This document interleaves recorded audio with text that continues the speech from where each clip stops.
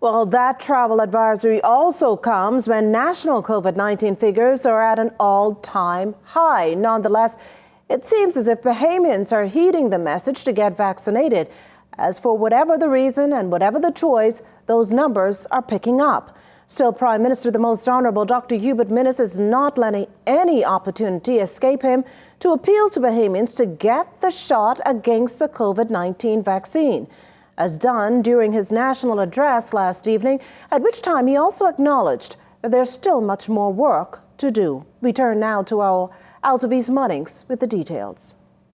With more than 129,000 COVID-19 vaccine doses already administered nationwide since the pandemic hit the Bahamas last year, March, government's message to get vaccinated is resonating with Bahamians and residents. As of August 21st, more than 55,000 persons are now fully vaccinated, and close to 11,500 of those doses were given out just last week. On New Providence, 70% of doses administered were first doses.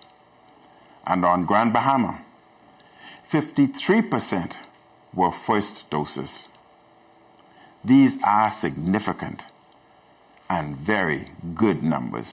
Citing the extraordinary logistical challenge of Family Island vaccinations that has enabled at least one dose vaccinations to occur, the Prime Minister announced in his national address Sunday night news that Family Islanders were waiting to hear, now that the Bahamas has acquired doses of 3 major COVID-19 vaccines. Doses of the Johnson & Johnson vaccines have already been sent to San Salvador. Vaccination teams will be returning to the Family Islands, starting with mainland Abaco on Tuesday, Wednesday, and Thursday of this week. The following week, vaccination teams are expected to return to Exuma and Eleuthera. On the Family Islands, second doses of AstraZeneca vaccine will be administered along with the single-dose Johnson & Johnson vaccine. Pfizer will also be made available to residents 12 and over.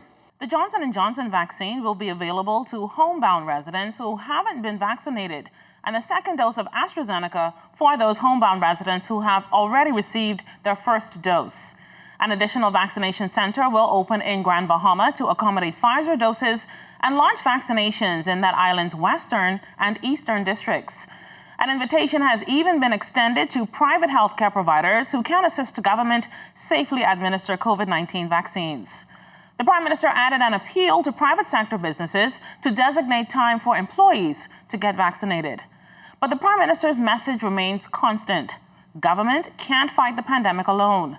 He implored more Bahamians to volunteer and called on religious leaders, the media, union leaders, political parties and candidates, businesses, civic groups, and non-government organizations to continuously encourage Bahamians to get the jab.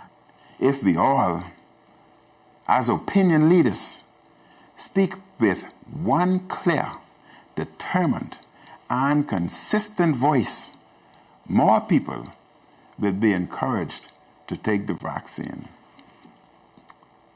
Please, use your voices and platforms to spread the message that vaccines prevent hospitalizations. They prevent deaths. And that by us taking the vaccines in large numbers, we can go back to more openness. Prime Minister Minnis does recognize, though, there are some individuals still on the fence about getting the COVID-19 vaccine. Here's his message. You do not have time to keep thinking about whether or not you will take the vaccine. You do not have time to keep researching. You need to come forward now to get the life-saving protection that vaccination gives. The Prime Minister underscored that the only way out of the emergency phase of the pandemic is to vaccinate as many Bahamians as possible in the shortest amount of time. I'm Altavis Munnings, ZNS Network News. If you missed anything, we've got you covered. Subscribe to our ZNS Network YouTube channel and follow us on our social media platforms, Facebook, Instagram, and Twitter for breaking news, live event coverage, web exclusives, and much more.